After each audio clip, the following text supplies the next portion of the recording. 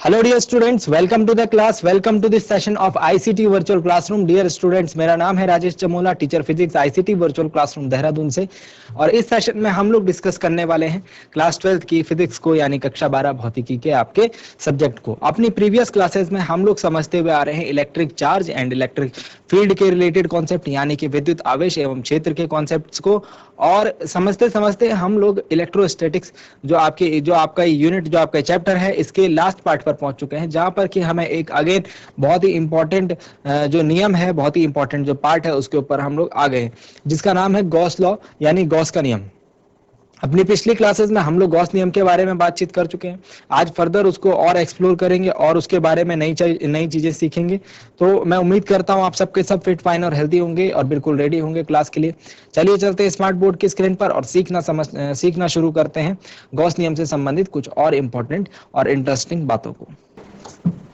Gauss नियम से संबंधित मैंने आपको कुछ इंपॉर्टेंट बातें लिखवाई थी अपने पिछले क्लासेस में, और इस क्लास में भी हम लोग कुछ और इंपॉर्टेंट बातों के ऊपर पहले चर्चा करेंगे और फिर हम लोग कुछ न्यूमेरिकल्स की तरफ बढ़ेंगे, विद्युत फ्लक्स से रिलेटेड और गॉस के लॉ से रिलेटेड भी हम कुछ न्यूमेरिकल्स आज की डेट में करने की कोशिश करेंगे। तो जो गॉस के नियम की जो इंपॉर्टेंट बातें हैं कि कब ये अप्लाई होगा, कब अप्लाई नहीं होगा, और इसके अलावा कि क्या क्या इसमें इंपॉर्टेंट बातें निकल कर आती हैं, उन चीजों को हम लोग आज डिस्कस कर लेते हैं। नंबर वन पॉइंट है सॉरी नंबर वन पॉइंट हमने बोला था कि गॉस का जो लॉ है, सबसे पहले गॉस लॉ को जो हम ब्रीफली फटाफट देख लेते हैं कि फाई जो है इलेक्ट्रिक फ्लक्स, विद्युत फ्लक्स की बात करी थी गॉस ने कि किसी बंद पृष्ठ से भीतर जो अगर उपस्थित कुल आवेश Q है, तो उसके जो उससे होकर गुजरने वाला विद्युत फ्लक्स होगा वो Q अपॉन एप्सिलॉन नॉट होगा। ये बात बताई गई थी गॉस के नियम में। अब इन्होंने यहाँ पर यह कहा कि जो बंद पृष्ठ है उसके आकार पर निर्भर नहीं करता। जैसे सपोज मैं बोल रहा हूं कि ये एक वृत्त है, this is an sphere, 3D figures के लिए, ठीक है, बंद पृष्ठ होना चाहिए। तो सपोज ये एक स्फीयर यानी गोला है और इसकी त्रिज्या है कैपिटल R, इसके अंदर है सपोज Q आवेश। तो इससे रिलेटेड जो इलेक्ट्रिक फ्लक्स होगा कितना होगा, phi is equal to Q upon epsilon naught, ठीक है। और एक इससे बड़ा गोला है जिसकी त्रिज्या जो है इसकी दोगुनी है, 2R है, लेकिन इसके भी अंदर भी जो आवेश है वो Q है, स्मॉल q है। तो इसका जो फाई होगा दैट विल बी, यानी इलेक्ट्रिक फ्लक्स, विद्युत फ्लक्स का जो मान होगा Q अपॉन एप्सिलॉन नॉट। तो आप देख रहे हैं विद्युत फ्लक्स का मान दोनों केसेस में बराबर आ रहा है, यानी कि जब आवेश, हम सिर्फ आवेश देख रहे हैं, हम ये नहीं देख रहे हैं कि वो गोला कितना बड़ा है, यानी कि आकृति के साइज पर, size of the figure, it does not depend on the size of the figure. जो भी हम फिगर ले रहे हैं, जो भी हम आकृति ले रहे हैं, उसके आकार पर निर्भर नहीं करेगा, ठीक है। तो फर्स्ट पॉइंट हम इसमें ये नोट डाउन करते हैं कि जो नेट विद्युत फ्लक्स का मान है, बंद पृष्ठ का जो आकार है वो उसे प्रभावित नहीं करता, ठीक है। तो फर्स्ट पॉइंट में लिखिए आप मेरे साथ,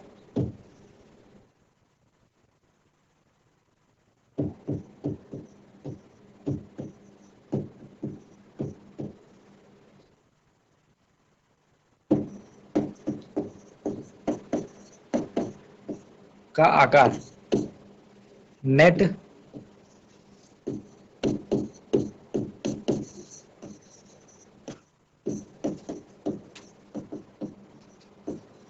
विद्युत फ्लक्स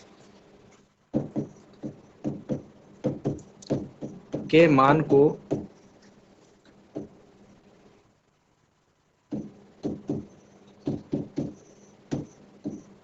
प्रभावित नहीं करता।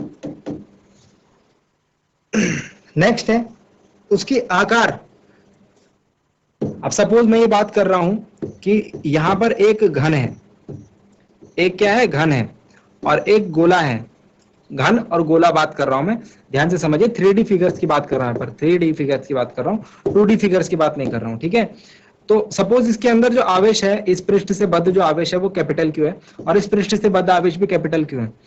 आकृतियों में अंतर होने के कारण इसमें इसके फ्लक्स में कोई परिवर्तन नहीं आएगा, क्योंकि फ्लक्स का सीधा सीधा लेना है पृष्ठ से बद्ध आवेश, तो दोनों का जो फ्लक्स होगा, विद्युत फ्लक्स होगा, वो सेम रहने वाला है।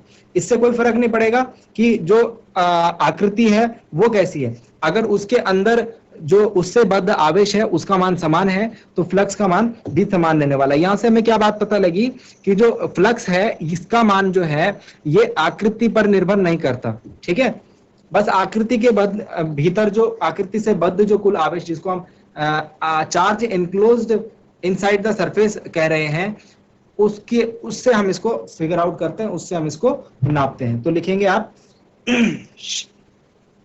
बंद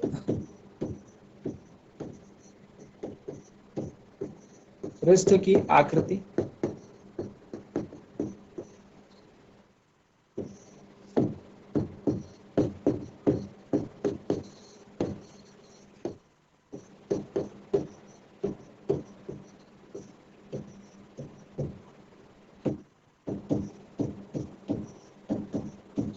नेट विद्युत फ्लक्स के मान को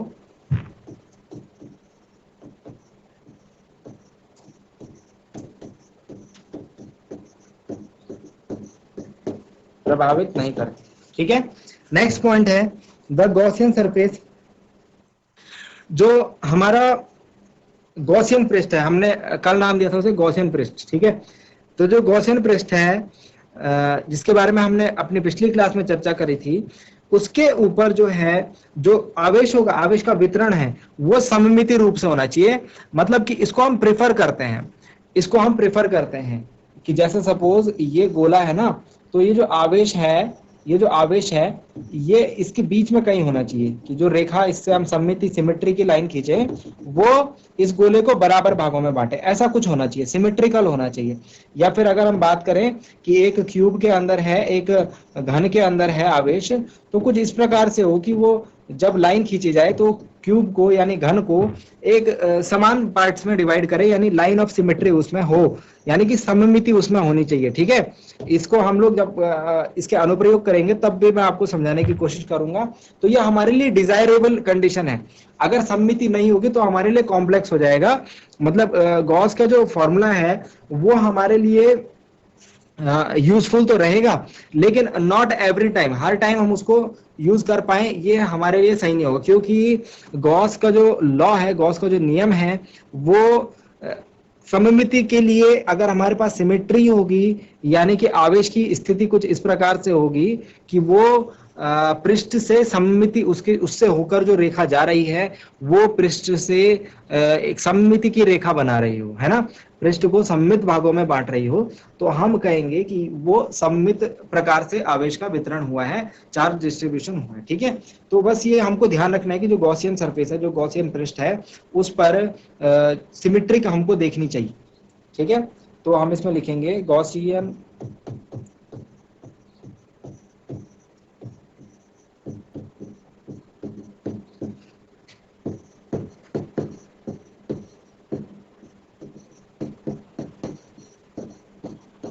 गॉसियन पृष्ठ पर आवेश का वितरण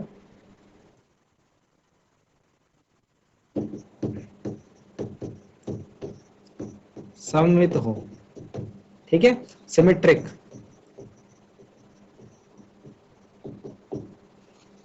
नेक्स्ट पॉइंट के ऊपर अगर बात करें, ई मस्ट बी सिमेट्रिक। ई क्या है?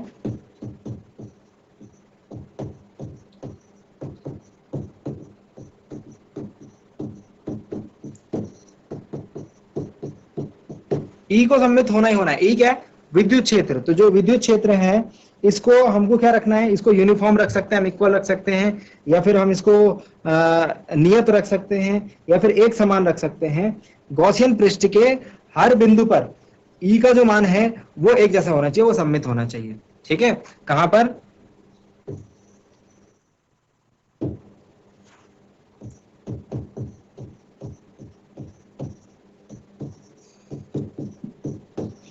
गॉसिया पृष्ठ के प्रत्येक बिंदु पर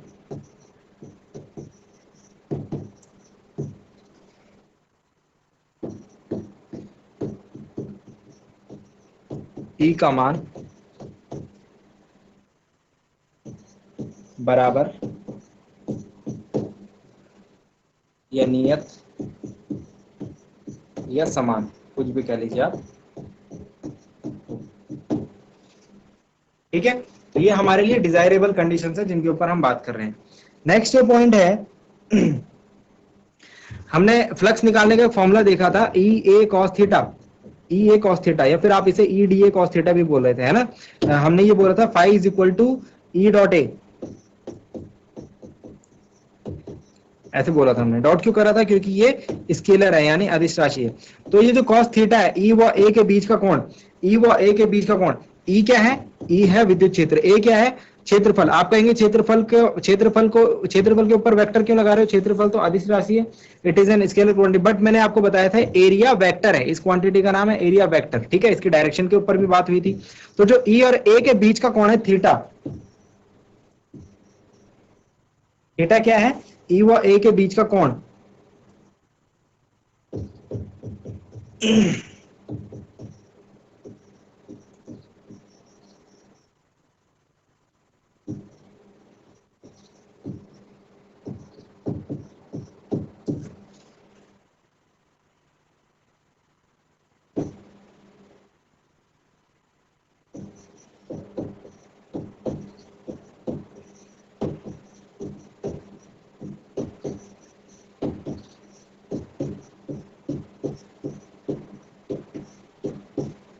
पृष्ठ के प्रत्येक बिंदु पर समान हो। थीटा का मान क्या होना चाहिए? पृष्ठ के प्रत्येक बिंदु पर ई और ए के बीच में इक्वल होना चाहिए, एक जैसा होना चाहिए। 0 या 90 डिग्री हम इसको बोलते हैं। ठीक है, और एक और बात जो है जिसमें आपको ध्यान रखना है कि गॉसियन पृष्ठ जो है, जब हम गॉसियन पृष्ठ की बाउंड्री बनाएंगे, जब उसके हम किनारे बनाएंगे, तो उससे होकर कोई भी बिंदु आवेश कटना नहीं चाहिए, वो उससे होकर नहीं गुजरना चाहिए। ठीक है, तो ये बात भी आप नोट डाउन कर लीजिए।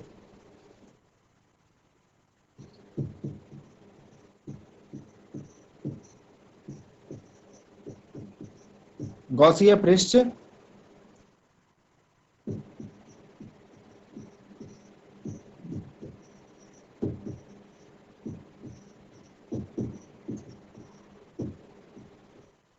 किसी बिंदु आवेश से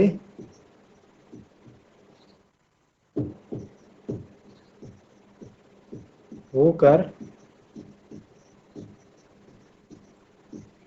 ना गुजरे।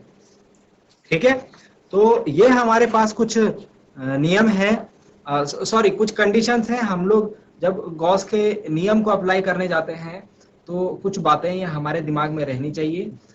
इससे हमारा जो गॉस का नियम यूज करना है, application of Gauss law, it becomes easier, हमारे लिए थोड़ा आसान हो जाता है जब हमारे दिमाग में ये बात रहेंगी। तो जो लास्ट पॉइंट है, गॉसीय पृष्ठ किसी बिंदु से होकर ना गुजरे, मतलब अगर हमारे पास गॉसीय पृष्ठ कुछ इस प्रकार से है, तो ऐसा नहीं होना चाहिए कि यहाँ पर कोई बिंदु आवेश हमारे पास लाई कर रहा है। ठीक है, ये नहीं होना चाहिए। या तो ये आवेश इसके अंदर होना चाहिए या तो बाहर होना चाहिए। अंदर होगा तो ये इसके फ्लक्स में योगदान देगा, इसके फ्लक्स के निर्माण में योगदान देगा। बाहर होगा तो ये कोई योगदान नहीं देगा, इससे निर्मित जो फ्लक्स होगा वो जीरो होगा। ठीक है, गॉस के लॉ में ये बात स्पष्ट रूप से कही गई है। क्यों? कौन सा आवेश जो है फ्लक्स के निर्माण में योगदान देगा? जो कि पृष्ठ से बद्ध होगा, charge enclosed by the surface, सिर्फ वही जो है कंट्रीब्यूट करेगा इलेक्ट्रिक फ्लक्स को बनाने में। ठीक है, तो बंद पृष्ठ का आकार नेट विद्युत फ्लक्स के मान को प्रभावित नहीं करता, उसकी आकृति नेट विद्युत फ्लक्स के मान को प्रभावित नहीं करती। गॉसीय पृष्ठ पर आवेश का वितरण सममित होना चाहिए। गॉसीय पृष्ठ के प्रत्येक बिंदु पर ई का मान बराबर हो, नियत हो या समान हो। थीटा ई व ए के बीच का जो कोण है पृष्ठ के प्रत्येक बिंदु पर एक समान हो, और गॉसीय पृष्ठ किसी बिंदु आवेश से होकर ना गुजरे। तो ये हमारे पास कुछ नियम, कुछ शर्तें हैं। गॉसीय नियम के लिए हमको इन चीजों को अपने दिमाग में रखना है, हमको इन चीजों को अपने दिमाग में रखना है। ठीक है, तो कुछ आपके पास छोटे से न्यूमेरिकल्स अगर मैं आपको बोलूं कि जैसे सपोज फॉर एग्जांपल हम लोग बात करते हैं कि सपोज कुछ ऐसा एग्जांपल है, ये एक सिलेंडर है, सिलेंडर यानी बेलन। ठीक है, और एक आवेश है जो कि है Q, वो इसके तल पर है, सतह पर है। ठीक है, ध्यान से बात सुन रहे हैं, इसको मैं यहाँ सेंटर बनाया तो इस जगह पर है, इसके बीच में है, जो ऊपर का जो इसका सरफेस है, सरफेस पृष्ठ पर है और उसके बीच में, और ये जो ऊंचाई है इसकी ये है L/2, ये जो ऊंचाई है इसकी ये है L/2। ठीक है, अब जरा ध्यान देना आप, ऊंचाई इसकी क्या है L/2। तो हमसे ये पूछा जा रहा है कि यहाँ पर जो विद्युत फ्लक्स होगा, इस पृष्ठ से होकर जाने वाला विद्युत फ्लक्स वो कितना होगा, फाई का मान कितना होगा। तो फाई के लिए हमारे पास क्या कंडीशन है, आप कहेंगे phi is equal to Q upon epsilon naught, क्योंकि गॉस का लॉ तो यही बोलता है। बट नहीं, गॉस के लॉ में एक बात हमको क्या बताई जाती है कि ये जो क्यू है ना, ये पृष्ठ से बद्ध हो, पृष्ठ के अंदर हो, बट यहां पर तो पृष्ठ के ऊपर है। तो हम क्या करेंगे, हम एक इसको कंप्लीट करने का काम करेंगे, हमको सिमेट्री भी ध्यान रखनी है ना। तो ऐसा ही L/2 का एक और सिलेंडर, एक और सिलेंडर में इसके ऊपर बना देता हूं L/2 का, जितना ही नीचे था। ठीक है, अब जो क्यू आवेश हो गया ये इसके अंदर आ गया, ये इस पूरे जो सिलेंडर है इसके अंदर आ गया है ना। तो मतलब कि ये पूरी लंबाई हो गई L, है ना, इसके अंदर आ गया। तो दैट मीन्स कि अब जो फाई होगा इस पूरी आकृति के लिए वो कितना होगा, phi is equal to Q upon epsilon naught, area enclosed, यानी कि आवेश पृष्ठ से बद्ध जो आवेश है Q by epsilon not. But हमको पूछा हुआ क्या था, हमको पूछा हुआ था ये आधे का L/2 वाले सिलेंडर का। तो जब फाई पूरे पृष्ठ जो पूरा जो हमारा सिलेंडर है उससे बद्ध जो विद्युत फ्लक्स है, वो उससे होकर गुजरने वाला विद्युत फ्लक्स जो होगा Q अपॉन एप्सिलॉन नॉट। तो आधे पृष्ठ के लिए कैसे निकालेंगे, आधे सिलेंडर के लिए इसका भी आधा कर देंगे। ठीक है, तो वो होगा phi is equal to Q upon 2 epsilon naught. आई बात समझ में। तो इस प्रकार से आपको जब क्वेश्चन, अभी तो मैं ये जस्ट एन एग्जांपल आपको बता रहा था, आगे जब आपको क्वेश्चन कराए जाएंगे, इससे संबंधित अनुप्रयोग कराए जाएंगे, तो आपको इन बातों को ध्यान देने के। ठीक है, चलिए समय हमारा हो चुका है, तब तक जल्दी से एक न्यूमेरिकल ले लेते हैं, छोटा सा न्यूमेरिकल जो कि आपका इलेक्ट्रिक फ्लक्स से रिलेटेड है। क्वेश्चन लिखिए आप मेरे साथ, क्वेश्चन लिखिए जल्दी से। हमको दे रखा है विद्युत क्षेत्र ई हमको दे रखा है 2I plus 4J plus 7K cap. ठीक है, और हमको दे रखा है पृष्ठ 10J कैप। ठीक है, ओके, और हमको नेट फ्लक्स की गणना करनी है फाई। तो ये एस क्या है, ये एरिया वेक्टर ही है। ठीक है, ये क्षेत्रफल सदिश है,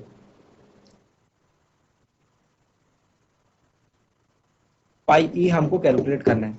ठीक है, तो हमारे पास क्या फॉर्मूला है, हमारे पास फॉर्मूला